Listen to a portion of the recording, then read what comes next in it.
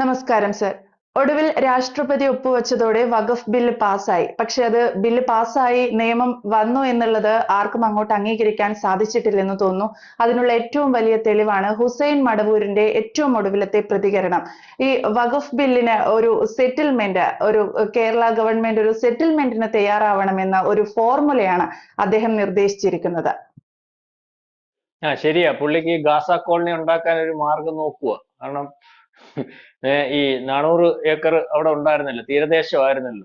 അപ്പൊ അതിനകത്ത് പല ആക്ഷേപവും നേരത്തെ ഈ വഖഫ് ചെയ്തു കഴിഞ്ഞപ്പോൾ അവിടുത്തെ മത്സ്യത്തൊഴിലാളികൾ പറഞ്ഞായിരുന്നു, നേരത്തെ ഇവിടെ സ്ഥിരം കപ്പൽ വരുമായിരുന്നു. ഞാൻ ഒരു ഇതിനകത്ത് പറഞ്ഞിട്ടുണ്ട്, ആ കപ്പൽ ഒരു പ്രാവശ്യം പിടിച്ചു, അതിനകത്ത് പാകിസ്ഥാനികളായിരുന്നു, പാകിസ്ഥാനി എന്നുള്ള കപ്പലായിരുന്നു. അപ്പൊ തീരദേശത്ത് എന്തോ ഒളിച്ചു കടത്താനുള്ളത് കൊണ്ടാണ് ഈ പ്രദേശത്തെ വസ്തുവിന് വേണ്ടി വളരെ ആർജവത്തോടു കൂടി അല്ലെ നിർബന്ധം പിടിച്ച് നിൽക്കുന്നൊക്കെ പറഞ്ഞ് വാർത്ത വന്നായിരുന്നു. പിറ്റേന്ന് കപ്പലും കണ്ടില്ല, കപ്പലിൽ നിന്ന് പിടിച്ച ആൾക്കാരെയും കണ്ടില്ല, വാർത്തയും കണ്ടില്ല. അത് മനോരമ റിപ്പോർട്ട് ചെയ്ത വാർത്തയാണ്. ഇതിനകത്ത് ഇപ്പൊ എന്തിനാ ഹുസൈൻ കൊച്ചാട്ട നിങ്ങൾ ഇറങ്ങി ഫോർമുലയും കൊണ്ട് ഇറങ്ങി? ഒരു ഫോർമുലയുടെ ആവശ്യമില്ലല്ലോ, ബില്ല് പാസ്സായില്ലേ. സെക്ഷൻ 2 വെച്ചിട്ട് അവർക്ക് ആ ഭൂമി കൊടുക്കാൻ പറ്റും എന്ന് ഉള്ളത് കൊണ്ടാ അങ്ങനെ നിയമം പാസ്സാക്കിയേക്കുന്നേ. ഇവിടെ ആശങ്ക ഇപ്പൊ ഉണ്ടാക്കുക, ആശങ്കയൊന്നുമില്ല. കിരൺ റിജ്ജു 9-ാം തീയതി കണ്ട് അവിടെ വരുന്നു, അല്ലെങ്കിൽ കിരൺ റിജ്ജു സ്ഥലം സന്ദർശിക്കാൻ പോവുകയാ. കിരൺ റിജ്ജു ലോകസഭയിലും രാജ്യസഭയിലും ഈ നിയമം പാസ്സാക്കുന്നതിന്റെ ചർച്ചയിൽ ഉടനീളം ഈ രാജ്യത്തെ മറ്റു പ്രദേശങ്ങളെ പറയുന്നതിനെക്കാട്ടിൽ കൂടുതലായിട്ട് പറഞ്ഞത് ഈ പറയുന്ന മുനമ്പത്തെ കാര്യമാണ്. അതുകൊണ്ട് ഹുസൈൻ മടവൂർ പണ്ട് ഒരു ഫോർമുല ഇതിന്റെ പ്രശ്നം വന്നപ്പോൾ കുഞ്ഞാലിക്കുട്ടി സാഹിബും അല്ലെങ്കിൽ ബാക്കി ഇടതുപക്ഷവും വലതുപക്ഷവും എല്ലാം കൂടെ അവിടുത്തെ എംപിയും MLA എല്ലാം കൂടെ കൂടിയിരുന്ന ഒരു ഫോർമുലയും കൊണ്ട് വന്നായിരുന്നു. ഇപ്പം ഈ പറയുന്നിടത്ത ഭൂമി 450 എന്ന് പറയുമ്പോഴും കടലെടുത്ത് പോയതിനു ശേഷം പരിശോധിച്ചാൽ ഏതാണ്ട് 150 ഏക്കറേ ഉള്ളെന്നാ പറയുന്നത്. അപ്പൊ 150 ഏക്കർ, 450 ഏക്കർ ആണല്ലോ ഇപ്പൊ പറയുന്ന വഖഫ് ക്ലെയിം ചെയ്തിരിക്കുന്നത്, വഖഫിൻ്റെതാണെന്ന് പറയുന്നത്. അപ്പൊ ആ 450 ഏക്കർ വെളിയിൽ വന്ന് സെറ്റിൽമെന്റ് ആണ് ഞാൻ പറയുന്നത്.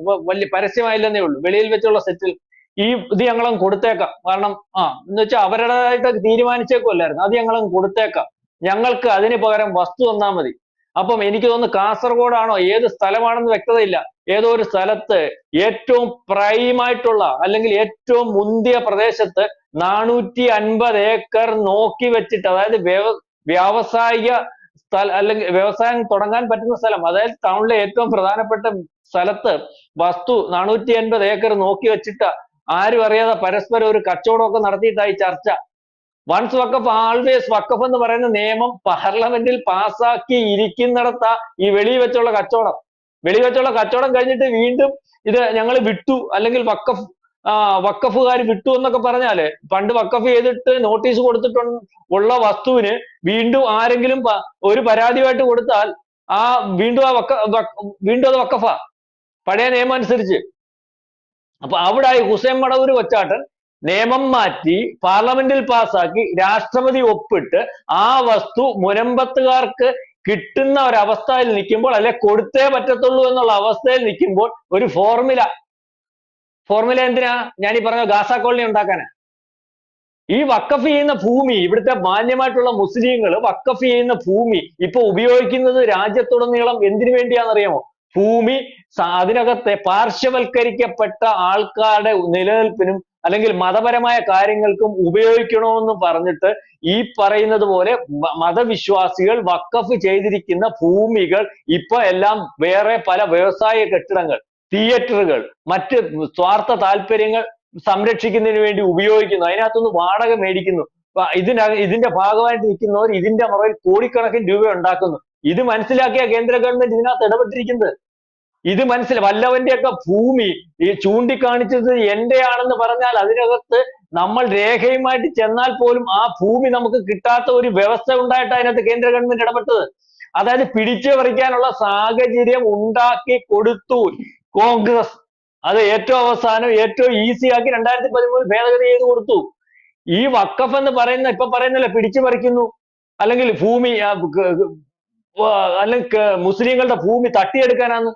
മുസ്ലിങ്ങൾ ഭൂമി തട്ടിയെടുക്കാതിരിക്കാൻ, മുസ്ലിങ്ങളല്ല വഖഫിന്റെ പേരിൽ, മതത്തിന്റെ പേരിൽ, ജാതിയുടെ പേരിൽ അതിന്റെ മറപറ്റി എല്ലാ സ്ഥലത്തെയും ഭൂമി തട്ടിയെടുക്കാതിരിക്കാൻ വേണ്ടി, അതും പാപം പിടിച്ച മുസ്ലിമിന്റെയും ക്രിസ്ത്യാനിയുടെയും ഹിന്ദുവിന്റെയും ഒക്കെ ഇപ്പൊ പാർലമെന്റ് മന്ദിരം ഉൾപ്പെടെ ക്ലെയിം ചെയ്തേക്കുക ഡൽഹിയിൽ. 2-3 മുനിസിപ്പാലിറ്റി പല സംസ്ഥാനങ്ങളുമായിട്ട് ക്ലെയിം ചെയ്തിട്ടുണ്ട്. ആയിരക്കണക്കിന് വർഷം പഴക്കമുള്ള ഒരു അമ്പലവും ഒരു ഗ്രാമത്തിൽ ഒരു മുസ്ലിമും ഇല്ലാത്ത തമിഴ്നാട്ടിൽ ക്ലെയിം ചെയ്തിട്ടുണ്ട്. അതായത് ഏത് വസ്തുവും വഖഫ് ചെയ്യാം. ആ നിയമമാണ് കിടക്കുന്നത്. അതിനുവേണ്ടിയാ മുസ്ലിങ്ങൾ അല്ലാത്തവർക്ക് വഖഫ് ചെയ്യാമെന്നുള്ള നിയമം ഇതിനകത്ത് കൊണ്ടുവന്നത്. കാരണം ഈ ആയിരക്കണക്കിന് വർഷം പഴക്കമുള്ള അമ്പലവും ആ ഗ്രാമപ്രദേശവും വഖഫ് ചെയ്യണമെങ്കിൽ പണ്ട് മുസ്ലിങ്ങൾ അല്ലാത്തൊരു വഖഫ് ചെയ്തെന്ന് പറയാമല്ലോ അവർക്ക്. വളരെ ബുദ്ധിപരമായിട്ടാ കാര്യങ്ങൾ ചെയ്തത്. അപ്പം അതിനകത്ത് ഭേദഗതി വരുത്തി. ഇവര് വിചാരിച്ചിരുന്നത് എന്താണെന്ന് അറിയാമോ? ഒരിക്കലും ഒരു ബില്ലിന്, പാർലമെന്റിൽ പാസ്സാക്കുന്ന ഒരു ബില്ലിന് മുൻകാല പ്രാബല്യം ഇല്ല. അപ്പൊ ഇത് വരുമ്പോൾ നേരത്തെ നോട്ടീസ് കൊടുത്തു 5 കൊല്ലം കൊണ്ട് കേസ് നടക്കുമല്ലേ മുനമ്പം. അവരതിന് വേറെ ഓപ്ഷൻ അത് കണ്ടെത്തി. സെക്ഷൻ 2, അതായത് വഖഫ് ചെയ്യാൻ ഈ സൊസൈറ്റി ആക്ടിനകത്തുള്ള വസ്തുവിന് പറ്റത്തില്ല. സൊസൈറ്റി ആയിട്ട് രജിസ്റ്റർ ചെയ്തിട്ടുള്ളതായിരുന്നു ഫറൂഖ് കോളേജ്, അല്ലെങ്കിൽ അതിന്റെ ഇത്. അപ്പൊ അത് സൊസൈറ്റി ആക്ടിന്റെ കീഴിൽ വരുക. 1950 തൊട്ടങ്ങാണ്ട് വന്നിട്ടുണ്ട്. 50-ലെങ്ങാണ്ട് ഇത് ഇവര് ഫറൂഖ് കോളേജ് ഇത് അവർക്ക് അല്ലെങ്കിൽ അവരുടെ കയ്യിൽ വരുന്നത്. അപ്പം അന്ന് തൊട്ടേ ഈ നിയമം ഇല്ല. മുൻപത്തുള്ളതിനും ഇല്ല. ഇനി അങ്ങനെയുള്ളവർ വഖഫ് ചെയ്യാൻ അത് ഒക്കത്തില്ല. സൊസൈറ്റി ആക്ടിന്റെ കീഴിലുള്ള സൊസൈറ്റികളുടെ കീഴിലൊക്കെ നിൽക്കുന്നവർക്ക് ഭൂമി വഖഫ് ചെയ്യാൻ പറ്റത്തില്ല. അപ്പൊ ഇത് മനസ്സിലാക്കിക്കൊണ്ട് കഴിഞ്ഞ കുറെ ദിവസം കൊണ്ട് പ്രതിപക്ഷം പറയുക നടക്കത്തില്ല ഇങ്ങനെ പറഞ്ഞെങ്കിൽ നിർത്തുക. കാരണം ഈ പറഞ്ഞു നിർത്തിയിട്ട് ഇപ്പൊ മനസ്സിലായി ഈ മുസ്ലിം വ്യക്തി നിയമ ബോർഡിന്റെ ആൾ ഹുസൈൻ മടവൂർ, അയാൾ ഇന്നലെ ഫോർമുലയും കൊണ്ട് വന്നപ്പോൾ മനസ്സിലായി ഈ പറയുന്ന നിയമം പാസ്സായി കിടക്കുമ്പോൾ മുനമ്പത്തുകാർക്ക് ഭൂമി അവരുടേതായി മാറിയിരിക്കുമ്പോൾ ഇനി അതിന് നിയമപരമായിട്ടുള്ള ചില കാര്യങ്ങൾ മാത്രമേ ഉള്ളൂ ആയിരിക്കുമ്പോൾ അതിനകത്ത് ആ ഭൂമിയുടെ കെയർ ഓഫിൽ ഇപ്പോഴും വേറെ വസ്തു അല്ലെങ്കിൽ ആ വസ്തു കിട്ടത്തില്ലെന്ന് മനസ്സിലായി. അപ്പൊ ആ വസ്തു ഗവൺമെന്റ് ഏറ്റെടുക്കണം. ഗവൺമെന്റ് ഏറ്റെടുത്തതിന് ശേഷം എന്നാ പിന്നെ ഇതുവരെ മതിയായിരുന്നല്ലോ, ഇതുവരെ ഏറ്റെടുക്കാൻ എന്താ? ഇപ്പൊ പുതിയ നിയമം വന്നപ്പോഴാണ് ഏറ്റെടുപ്പ് വന്നേ. പഴയ നിയമം വെച്ചപ്പോൾ വഖഫുകാരൻ ഗവൺമെന്റ് കൊടുക്കാൻ എന്താ? വഖഫിന്റെ ചെയർമാനെ ഗവൺമെന്റ് അല്ലേ തീരുമാനിക്കുന്നത്? ഇടതുപക്ഷത്തിന്റെ ചെയർമാനാണല്ലോ ഇപ്പൊ ഇരിക്കുന്നത്. എന്നാ പിന്നെ അന്നങ്ങ് ചെയ്യാൻ എന്താ? ഇതുവരെ ചെയ്യാൻ പറ്റാത്തടത്ത് അല്ലെങ്കിൽ ഇതുവരെ സാധിക്കാൻ പറ്റാത്തടത്ത് പുതിയ നിയമം പാസ്സാക്കി വഖഫ് ഭൂമി അല്ലെങ്കിൽ മുനമ്പത്തുകാരുടെ ഭൂമി വഖഫെല്ലാം തീരുമാനിക്കുമ്പോൾ കേന്ദ്ര ഗവൺമെന്റ് തീരുമാനിക്കുമ്പോഴാണോ ഈ നിയമമായിട്ട് വന്നത്?